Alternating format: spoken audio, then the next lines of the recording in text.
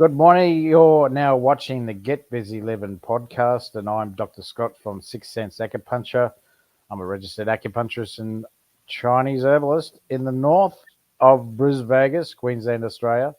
And we have a wonderful guest this morning, Jeff Ghaemaghamy. How do you pronounce it? Just call me Jeff G. Jeff G.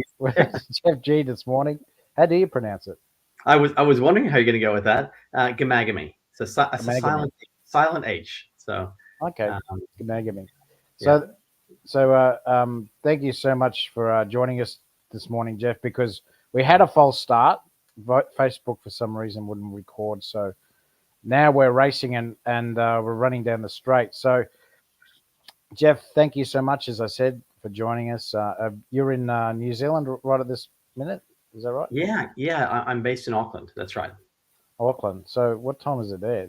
You're ahead of us, aren't you? Yeah, it's 11:08 a.m. So 11. So you're 2 hours ahead. A couple hours ahead, yeah. So yeah, thank you so much for your time. Much appreciated. So I'm going to kick it off with the first question. So tell us, Jeff, what gets you out of bed every morning? Well, that's a great question. You know, I've been in the health and wellness, I think, industry for about the last 31, almost 32 years. For me, and I've been retired for the last 10 years. Right now, what gets me out of bed is I'm super excited about a project we're working on combining DNA and AI, and I think we'll talk about that a little bit more later. But to me, it's really about how can we impact people in a positive way? How can we? This might sound a bit altruistic, but what will my great grandkids say my life was about? And so it's really, to me, about legacy. And the difference we make on this planet. So how can we help humanity in a positive way? So I'm not sure if that's the answer you're looking for, but that's really what gives me passion and excitement. I was to bed at about midnight, maybe 12:30 last night, up at 5 o'clock this morning. I don't use an alarm clock. My body just wakes up and I'm go. So life's exciting right now. So that's that. You're a man of my heart, because that's exactly how I think. I think it's all about community and how we can advance the community and make it better for everyone. And because the current system isn't that great, from what I can see, and that's what the feedback I'm getting as well. So tell me, Jeffrey. So that basically leads me into my next question. So how did you get into the health and wellness fitness in the first place? Because you've been in it for 30 odd years. So it's it was kind of an accident that should have been happening. I guess that happened on purpose. My father was a surgeon, a doctor. He died at age 54 of a heart attack, and that really kind of changed the course and direction of my life. To be honest with you, I'm American originally. I grew up in the U.S. I've been living here in New Zealand for the last just over 40 years. I got here. I dropped out of school. If there was a smooth path to success and a goat track, I ended up on the goat track. I didn't do things the way, let's say, traditionally most people would do them. And I was a bit lost and looking. I got into the hospitality and restaurant industry. Did relatively well. I was running 5 restaurants when my father passed away. I had a young family at the time, a little newborn son, and that really just caused me to start to ask questions about health and wellness and prevention. My father had impacted thousands of people's lives in his lifetime through life-saving surgeries and consultation, etc. And how could have he succumb to one day being fine, and the next moment literally he was out fishing on his boat and didn't return. And so it was really kind of an eye-opening moment for me, or an awakening, if you like. And then I don't believe, if you believe in the universe or fate or God, whatever people believe in. We stumbled across a company. We were back in the U.S. for a short time after my father's passing, and we stumbled across a company that was looking to enter into the Australian, New Zealand market. We helped to bring that brand here 31 years ago, and I'm not as clever as you, Scott. I mean, as a medical herbalist and acupuncturist, we distributed health and wellness products. I understand the mechanics of human biology and human chemistry, enough to have a pretty good conversation, but I'm not an expert by any means. In fact, what I know is the more I know, the more I know I don't know. It's so complex and so fascinating, the world of human biology. But we've had a relatively successful business that's turned over hundreds and hundreds of millions of dollars of products in the anti-aging and wellness industry over the last number of years. And so that's kind of how we got involved. It was kind of an accident, but it was followed. It was really an accident based on a passion that I had about how could we make a difference to people through education and then through solutions, product solutions that could help, empower people in a positive way. So I guess that's kind of the short answer to your question, more or less. Oh, is that all? So, what was I going to say? Okay. So, so you actually joined a company and then came to New Zealand, or what did you come to New Zealand? No. My mother is great question. So my mother married a New Zealander in a second marriage back in the early '80s, and so we came out to New Zealand, and then it was probably about 5 years later or so that my father passed. So it was sort of a transition, if you like. We ended up going back to the U.S. for a short time, and that's where we stumbled across a company called NSE. I don't want to spend lots of time talking about companies and that sort of thing, but we stumbled across a brand that we really aligned with what we were looking for, and we helped to bring that product line here into the Pacific region, and it was tremendously successful. So it's been a really great experience, and I guess that kind of links back to the first question: is what gets me up in the morning? Is what if you make an impact on someone's health and wellness that helps them live healthier, have more days, in this world to make a positive impact, as opposed to people living unwell, with the environment we have today, which is, I'm sure we can talk about this more later, but the environment we are today is really not working. Allopathic medicine and the wait till we're sick and then try to fix it, environment is really, it's proving that it's not necessarily the way to go, I guess. Well, exactly right. That's why I say I practice the emperor's medicine, and the physician had to figure it out before it happened, so he could prevent it. So the physician, what I mean by that. So the emperor's physician, he looked after everyone in the imperial palace. So he rarely ever reacted to a situation. Normally he would figure it out beforehand, and then treat it appropriately, and then so then there'd be never any issues, and then he could eventually he'd be able to figure out, well, this is when they're going to die. This is it's probably in the next 6 to 12 months they're probably going to die, because he can tell that this is what's going to happen, and they had to figure this out. So they had to prepare.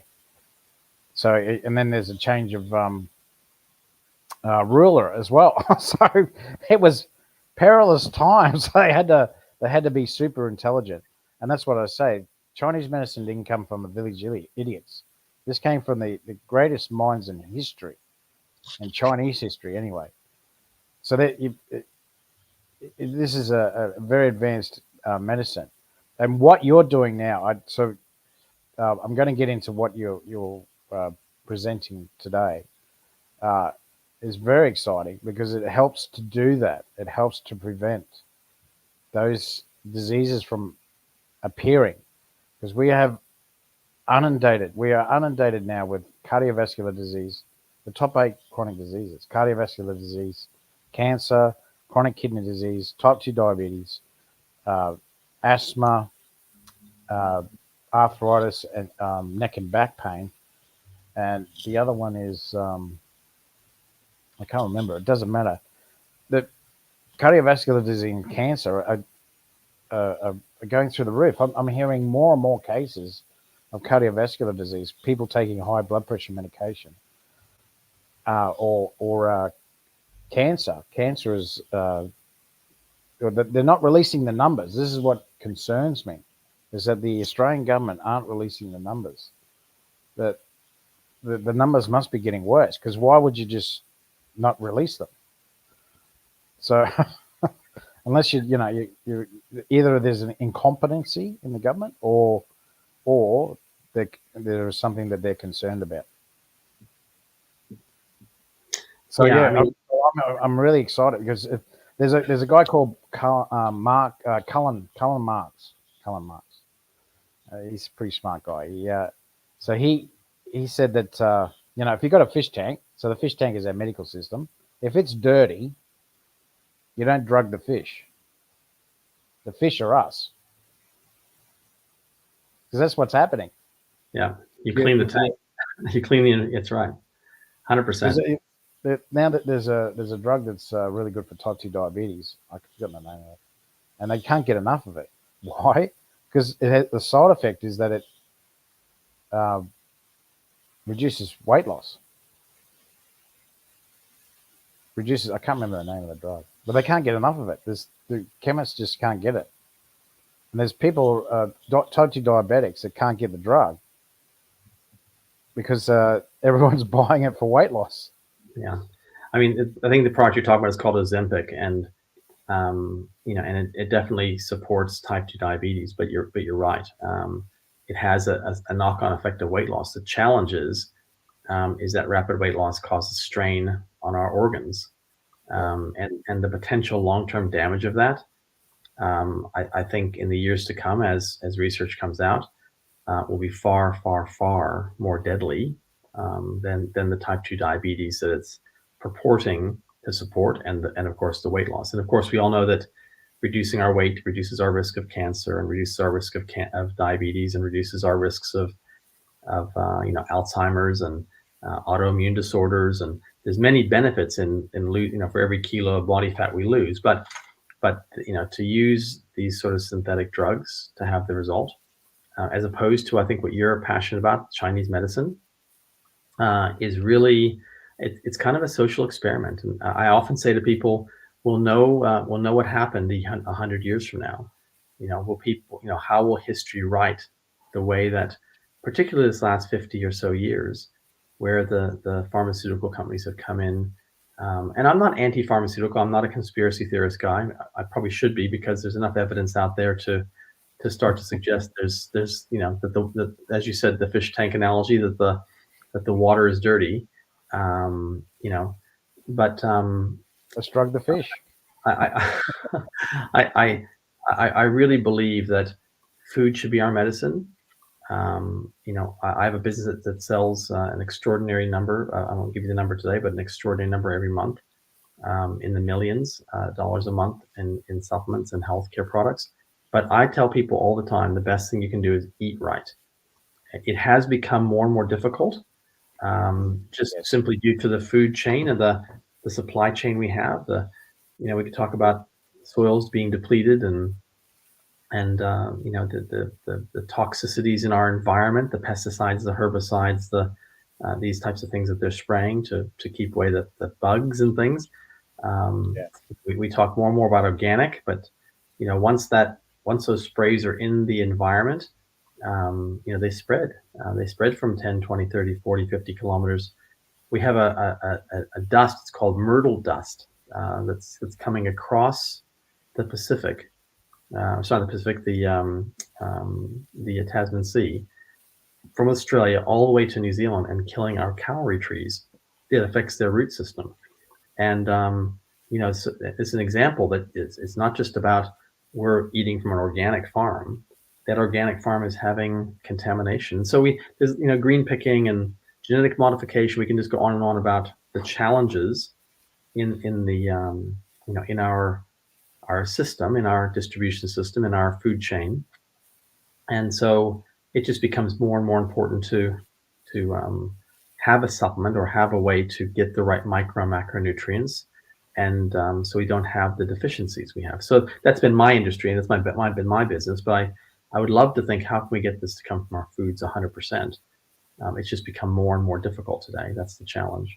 And so, but yeah, it's a very interesting time we're in. That's certainly for sure. Yeah, and look, we know that we're in Australia, especially in the east coast here in Queensland. Um, the soil here is selenium deficient, so you have to get Yes, selenium from other. I've known that for years. Uh, that we have to get that selenium from other sources because we can't get it from our food here. And also vitamin D. Vitamin D is shunned uh, by the pharmaceutical companies because they know that vitamin D helps with a lot of prevention of disease. So um, yeah, it's that's what that's why I talk about Cullen Marks because he talks about that. He talks about how because he worked for Coca-Cola, he worked for Big Pharma, he worked for Pfizer, so he knows what their marketing strategies are because yes, he was writing them. right, so, so he knows that yeah, that there are vested interests, and yeah, they're trying to confuse us with information. What I mean by that is they give information that is pro, and also the cons with taking yes, whatever food it is, or whatever drug it is, or whatever, not so much drug, but whatever food we're eating, or whatever herb we're having, or whatever supplement we're taking. They bombard us with information that is very confusing, and they do sure, that on purpose. And he says that he was paid to do that. He was paid to confuse us because as a researcher, it's like very confusing. You'll see one sure, article that says, "Oh, turmeric is turmeric's the flavor of the month at the moment." So they'll say, "Oh, the turmeric is very good for inflammatory issues and digestive issues," and then you'll see another article that says, "Oh, that debunks it." It's like, okay, hang on, well, which one is it? So you see what I'm saying? Even from a research point of view, it's very complicated. It's very yeah, confusing. So, absolutely, and for me, I learn how to do that.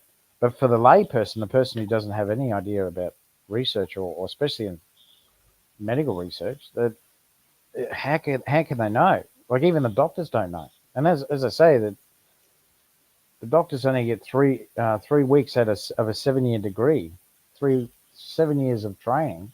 They only do 3 weeks on nutrition. So how are they gonna know? So they can't give you advice. Usually they send you to the dietitians. I'm sorry to say the dietitians are um, controlled by the by APRA, and APRA are controlled by the AMA, and they're controlled by the food industry. That's Australian Medical Association, mm, and they're lobbied to by the food industry. So and we've we've had the pyramid um, system in place for many years, or since I was 1980s. So that's what 40 years plus, and yeah, now we've got an epidemic of type 2 diabetes, especially in cardiovascular disease, and now look at that, cancer. Good luck with yeah, that. yeah. I think the latest stats that I had read, and these might go back a couple of years now, but close to 50% of people who pass or die every year are cancer-related diseases, and about 26% of cancer-related. And I believe those cancer numbers have increased, and the heart has gotten a little better. Um, but it's 3/4 of everybody will die of those two diseases. And what I think, the things I observe is, we don't watch TV so much anymore, but if you do, you see these ads on TV saying that speed kills, uh, and it does. Like, I'm not saying we should all speed, but where do you see the ads on TV that high fat diets, high carb diets, high diets, that are high in, and I'm not just saying fats, but Yeah, that's saturated right. fats, these unhealthy oils, and the sixes and nines that are way too much in our diet and need to be balanced by the threes. And where do you see the advertising saying that? Where, when we were at our greatest fear in these last few years, did they say, listen, we really recommend a diet rich in fruits and vegetables to help you support your immune system? It didn't exist, and it really is fascinating. I've been an advocate of prevention. Again, as my father passed at 54, I became obsessed with this idea: how can we prevent heart disease? How can we prevent potential cancer? How can we prevent Alzheimer's and obesity and diabetes and autoimmune disorders and mental, improve the stats around mental wellness and things? And there's no doubt that there's a link between what we eat and our behaviors and our thoughts, and the outcomes we have in our health. There's absolutely zero. Yeah, well, it all comes back to, I was going to touch on it earlier. It's effective marketing. It comes back to effective marketing. I don't know if I don't know about New Zealand, but in Australia, in Brisbane here, we used to have ads of fruit and veg companies, and that all stopped in the 90s. It's in the late 90s. For some reason, they just stopped. Wow. And now all you get is McDonald's, KFC, and Pizza Hut, and Domino's. Yeah. It's just saturated with it. McDonald's spends billions. They spend billions on advertising. I want to share a story, Scott, and it really affected me in quite it shocked me. This is going back a couple of years ago, and I was somewhere, and I was watching a young mom pour Fanta, that orange fizzy drink, into a baby's bottle, and give the bottle to her baby who was crying. And I just thought, oh my God, that I literally couldn't believe what I was seeing. And I thought, it's not my place. This is not my child. It's not my grandchild. It's not my, it's not my responsibility. But then I felt this inner responsibility of, making a difference. And so I reached out and said, hi, I'm sorry to bother you, but, that may not be so good for your, for your newborn baby. And I'm talking about, like, maybe it was 6 months old. And she looked at me with disgust, saying, orange juice is perfectly healthy for my baby.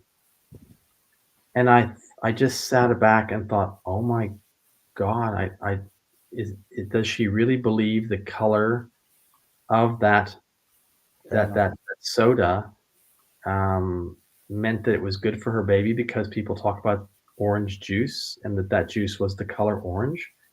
And I think that we just need to. These are generational. We eat. You and I eat the way our family ate. Our family ate the way their family ate, and so we are now a product of generational habits. Of lifestyle choices that we make. If our family was busy growing up and we had lots of fast food, we're probably going to have fast food. If we're raising our kids and we're busy and we're giving them fast food and convenience food and packaged food and things that are pre-made, you don't know what's in it, then our kids are going to go on to do that. And so how do we break that? How do we break those generational behaviors and habits that and it's not anyone's fault. They just think that's the way it's done. Because of education, and also because of the advertising. They think it's normal to have Maccas 3 times a day. Yeah. Because no one's taught them that. Probably not. Probably not a good idea to eat those meals 3 times a day, because that's. What was that movie? That Super Size Me, where the guy ate McDonald's for a month or something, just every meal. And that was a fantastic. I mean, definitely, obviously, to the extreme. Hopefully, no one eats McDonald's 3 times a day, breakfast, lunch, and dinner for a month. But I think that was 20. That was 20 years ago. 20 plus years ago. That's right. Yeah, that was 2003. I think it was 2003 or 2004. Yeah.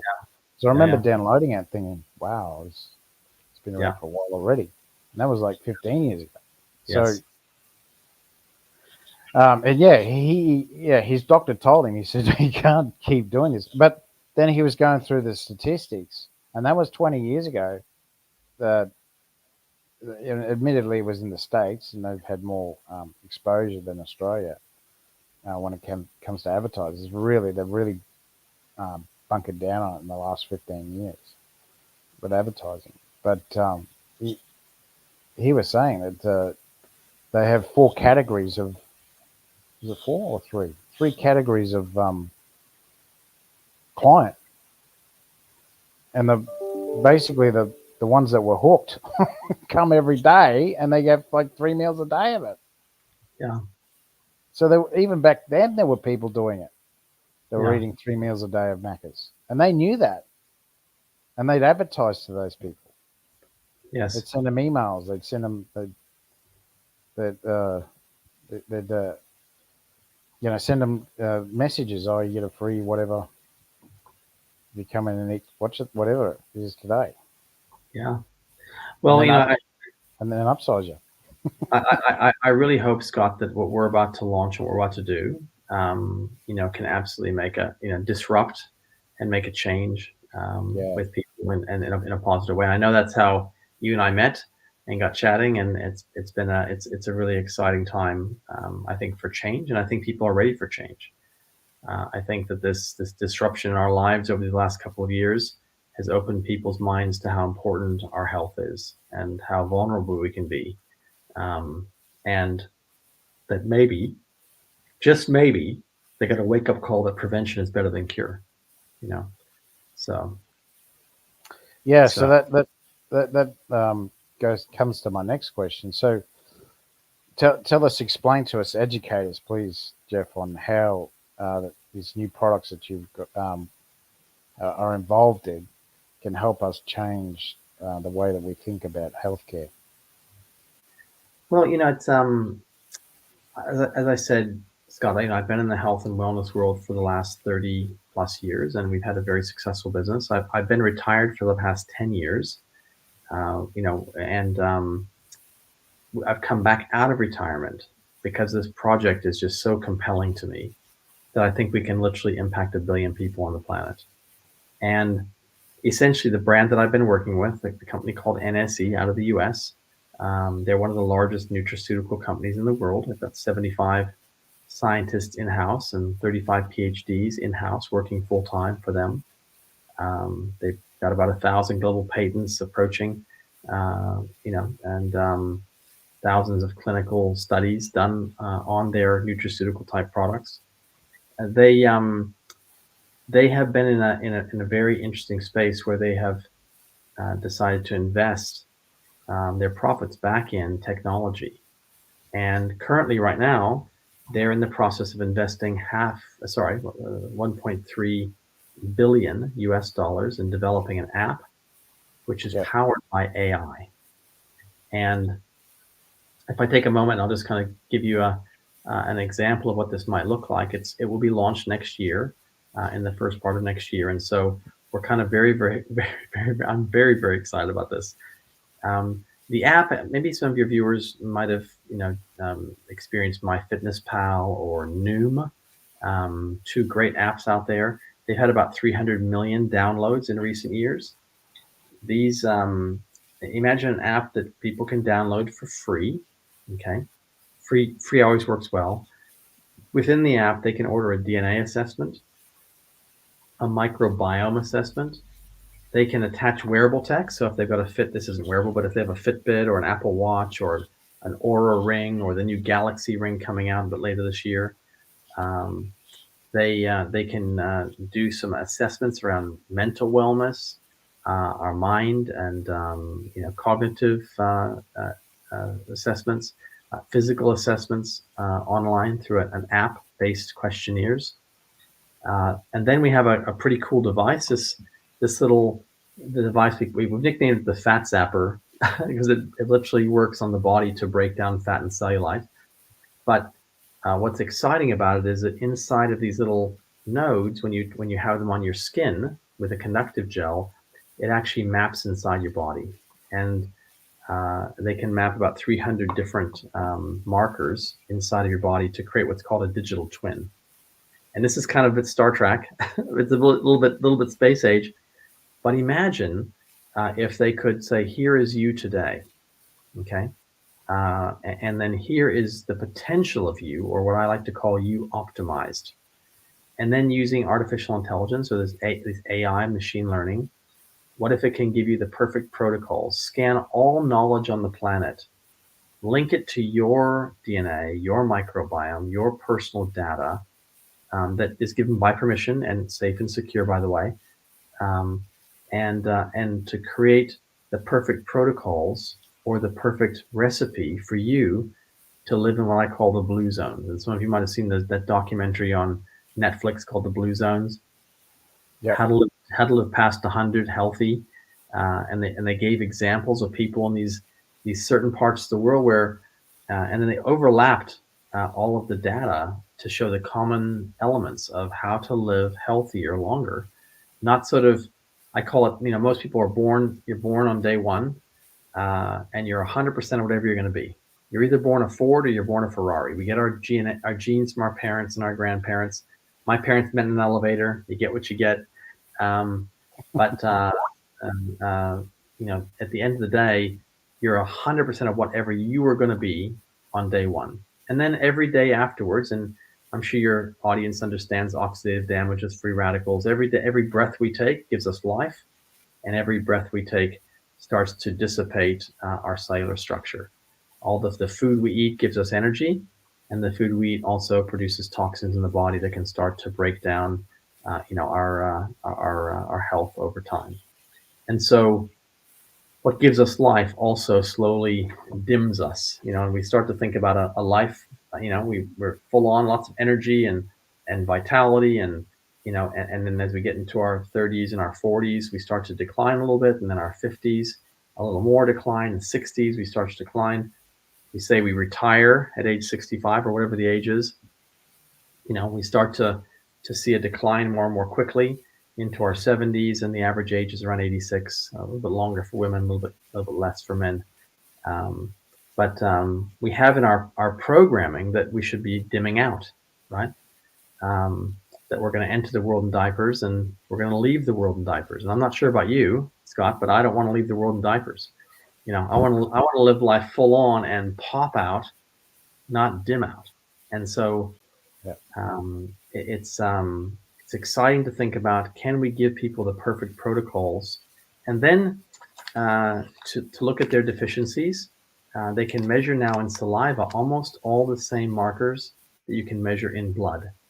And so using saliva testing, can we create the perfect product? Using epigenetic science, can we create the perfect product for each individual person to meet their deficiencies? And maybe a way to think about this for the audience is if we looked at ancestry.com, right, as an example, you can get your DNA assessed, and you can look at your past, right? Where do my great grandparents from? Is there some Norwegian blood stuck in there somewhere, or maybe some Roman conquerors came through Britain, and maybe there's a little bit of Roman blood in there somewhere. I don't know. Italian. Where did genealogically you come from? Fascinating and kind of fun. What we're going to be able to do is literally look into the future and see, are there any health obstacles genetically? Are you predisposed to any of these health obstacles? And could we, using epigenetic science, and would your audience understand epigenetics, Scott? Should I explain that a little bit, or do you think? No, they probably wouldn't. No. Okay, so epigenetics is a really fascinating science. It basically is, the world is flat, the world is round. It is nothing to do with genetic modification, because I'm personally, and our company is personally, against that. Epigenetics was founded on a phenomenal question that some Swedish scientists asked about 20 years ago. They asked the question is, if our DNA, as the Human Genome Project was mapped, and 25,000 genes, etc., they identified, if our health, our wellness is linked 100% to our genetics, then what about identical twins? Identical twins have exactly the same genes. They're identical in every way. Yet over time, as they age, one twin might have different eyesight than the other. One twin may have an autoimmune disorder or maybe an allergy that the other doesn't have. One twin might get a certain particular type of cancer while the other does not get cancer. One might have different gray hair or even different wrinkles. And so what they discovered is that our genes, many of our genes have these little switches. Now, they're not switches. I'm oversimplifying this to make it easy for me to understand, right? Yeah, I understand. But as a switch, or they call it gene expression, um, uh, can those genes be turned on and turned off? My little pen here, turned on and turned off. So a couple examples of this is if you were allergic to dogs and you came to my home, we've got 2 boxer dogs. We're boxer dog crazy people, most enthusiastic animals on the planet. And you're allergic to a dog, your immune system might turn on. Okay. When the dogs leave, and you might get itching and scratching and sneezing, that allergic reaction. That's your immune system, stimulated. Dog leaves, it turns off again. That's epigenetics. When you go in the sun, you've got sun all the time in northern Queensland, in Bris Vegas, as you call it. I love that. Your genes turn on the melanin, right? The melanocytes that give us a tan, a darker pigment in our skin. When we're out of the sun, it turns off again when you live in New Zealand, when you come visit New Zealand, right? Although the sun is shining today. And so that's epigenetics. Our genetics can turn on and turn off the pigmentation to protect ourselves from the sun. The darker our skin is, the more protection from UV. Okay. I've got a few gray hair. I call them my wisdoms. Why is one hair gray and the other hair still dark? The genes got turned off. Could we turn those genes back on again? That's epigenetics. And so using gene expression science, can we look into the future of your genetics, see if there's any obstacles in your future, right? And I'm forbidden to say, things like cancer and heart disease and diabetes, because we're not here to make claims or medical claims, or because we're a nutrition company. And that would mean we're making a medical claim that would require us to be a pharmaceutical. And we can go into that another time if you want to talk about that's crazy, but those are the rules, and we want to be respectful of that. So, if there is an obstacle though in your future, could we use this information and create a formula of nutrition, create a protocol of diet and exercise combined with nutrition deficiencies you may have today to reset the genes so we kind of sidestep those obstacles potentially. Okay. And this is fascinating. We're all born genetically, that's the software that is makes you and me. Okay. Can we, with nutrition, alter that destiny? And science has found that that's true. We can do that. And so in creating a formula for each individual consumer, bespoke recipe for you, each individual consumer, and with that, we think we can change the world.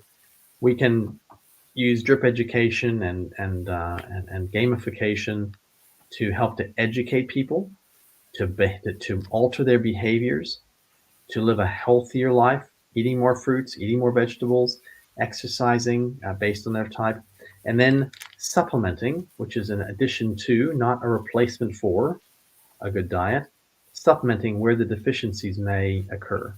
Every quarter, we'll be able to give people a little test tube, a little packet turn up where they can remeasure and see, is their dietary changes, are they working?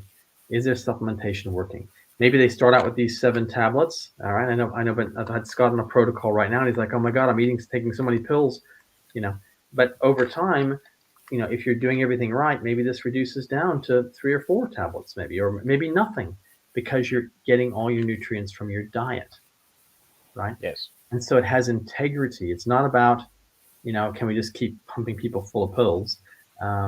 It's really about, can we help support people and educate them and support them and empower? I love the word empower people, give people power, not be a victim of, I waited till I've, have one of these obstacles, and then I've got to go to the doctor and say, "Hey, doc, can you fix me?" Once you have cancer or heart disease or diabetes or autoimmune disorders or mental, challenges with mental health, stress, anxiety, sleep, etc., it's hard, at least much harder to get your body back into balance.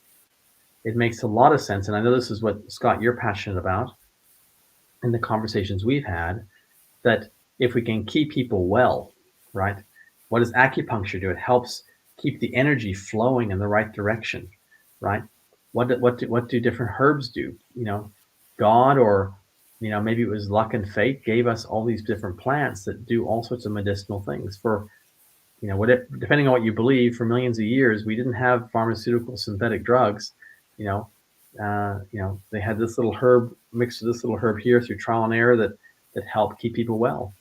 And I think that's, and although again, I need to be clear, I'm not saying that we should eliminate drugs. I'm not saying that there aren't some major benefits that have come from many different drugs, but it just doesn't make sense anymore when we look at, take this for your blood pressure, but then we have to give you this other product because you have impotence.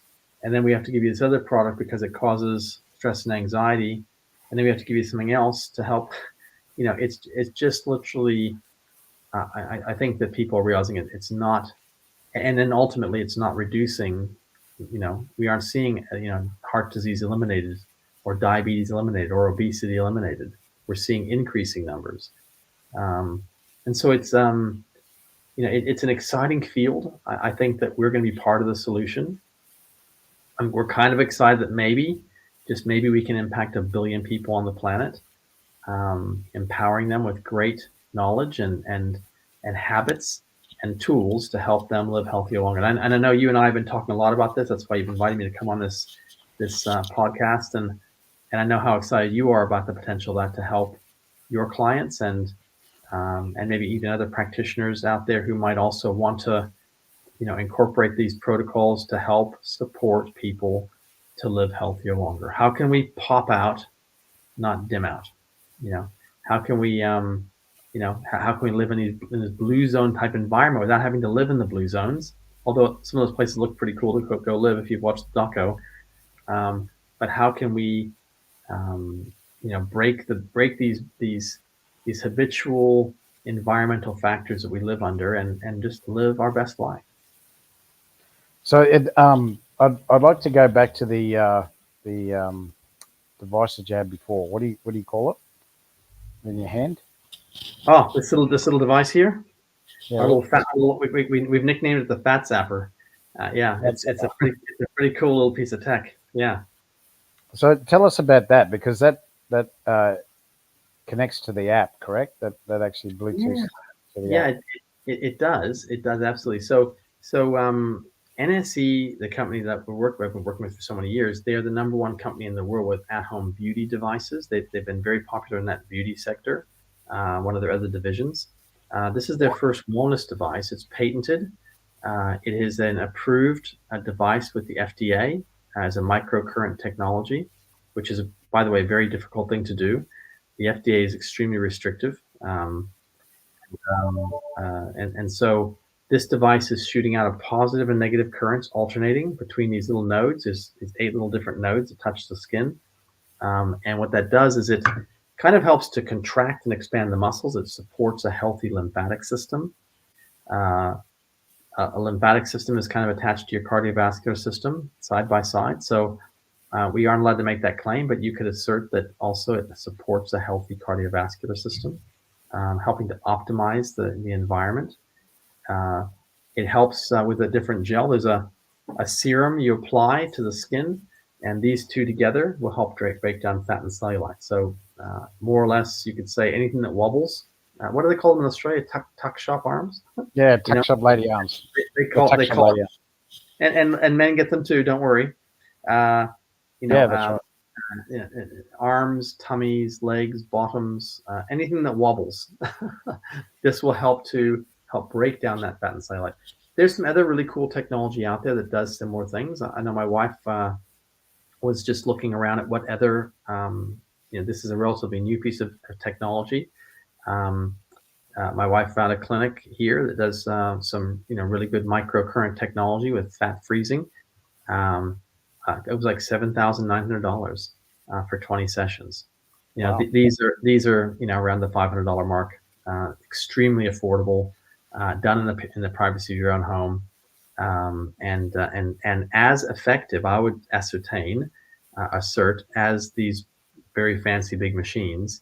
Um, but more important than just that physical result, is that it's going to help to map inside our body to create that Yeah. digital, and This and is what. that's the key. That's the thing that's super Yeah. exciting. This is what. Yeah. That's what gets me excited because that gives feedback back to the app, and so the Correct. app. Yeah. So then the app can come up with not so much a diagnosis, but can come up with an action plan A for you to protocol. change. Yeah. Yeah. Your protocol. Absolutely. Absolutely. The machine also, and I didn't talk about this, but just while you asked, partner with a different serum, a different Yeah. gel. This allows it to help relax the muscles and helps with pain. Almost, I would say, very complementary to what you do with acupuncture. Um, Yep. Nothing's going to replace what you do. You're going deep into the tissue and helping the energy reestablish itself in circulation. But this would be very complementary to someone who's seeking acupuncture to help relax the muscles, increase blood flow, Yeah. re-energize the cells. Again, not a replacement for what you do at all, because that's a real science. But this would be Well, complementary. it's no different to medication. It's no different. So acupuncture should be the last resort. So if this can prevent someone going to get acupuncture, then it's exactly the same with medication. If this can prevent people from taking medication, for me it's a no-brainer.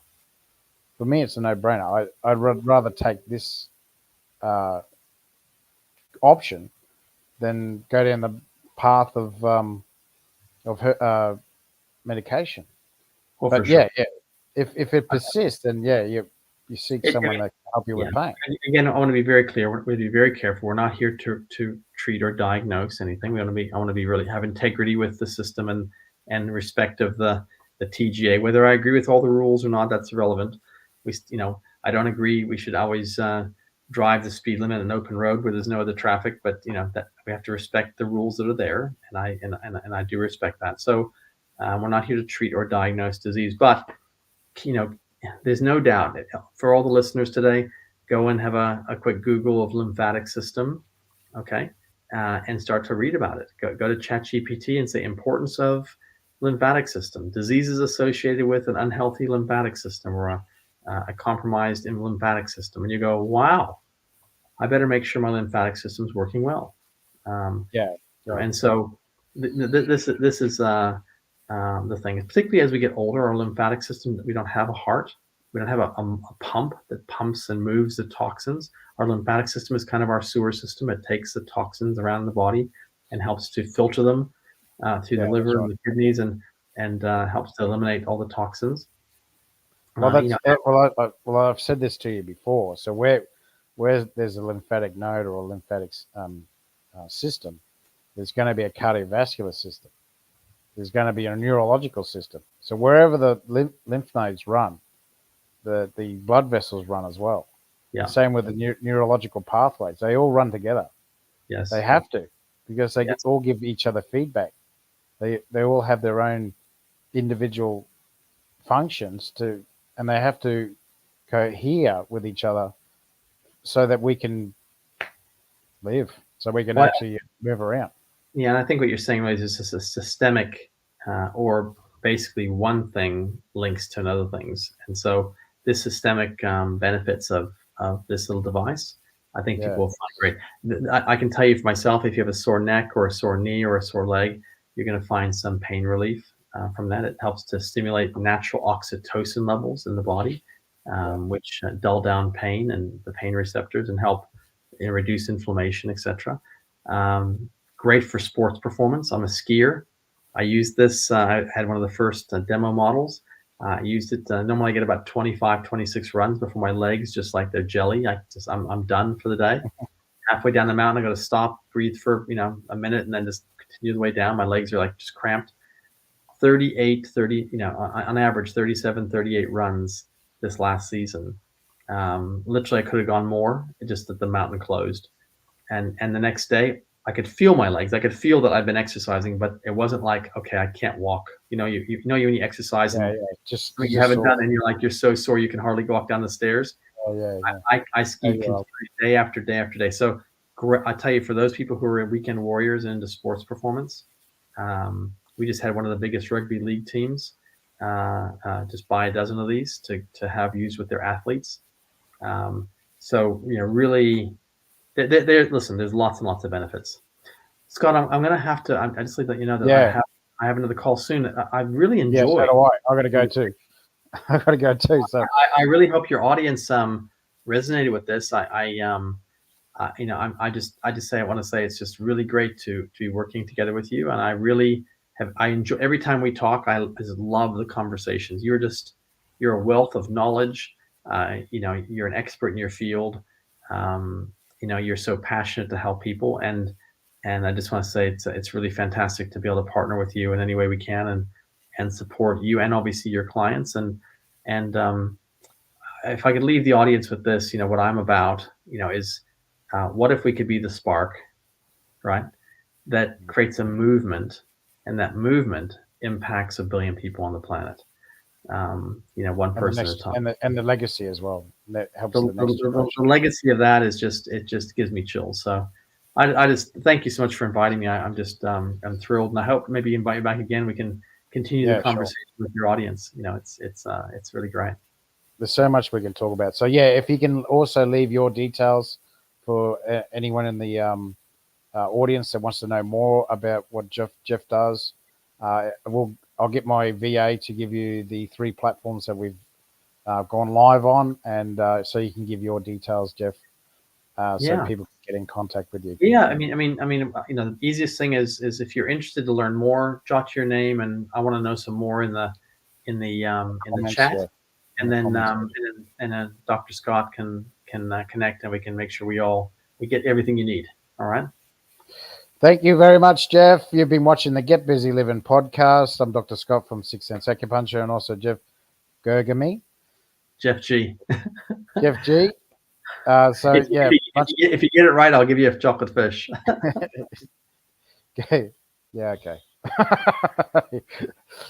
No more drug fish. All right. Thank you very much, Jeff. And as I said, you've been watching the Get Busy Livin podcast, and thank you so much for your time, Jeff. Fantastic. Bye, everybody. See you guys.